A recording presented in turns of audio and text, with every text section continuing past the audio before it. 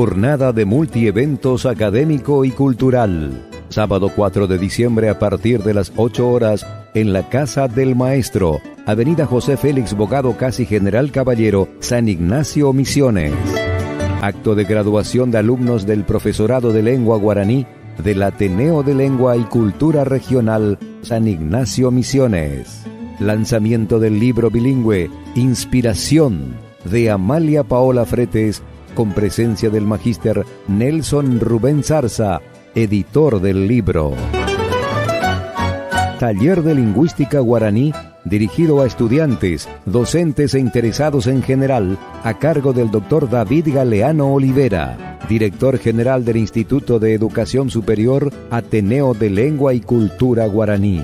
Este evento contará con presencia de autoridades, artistas y literatos destacados. Maestro de ceremonia, Luis Argüello Dúo.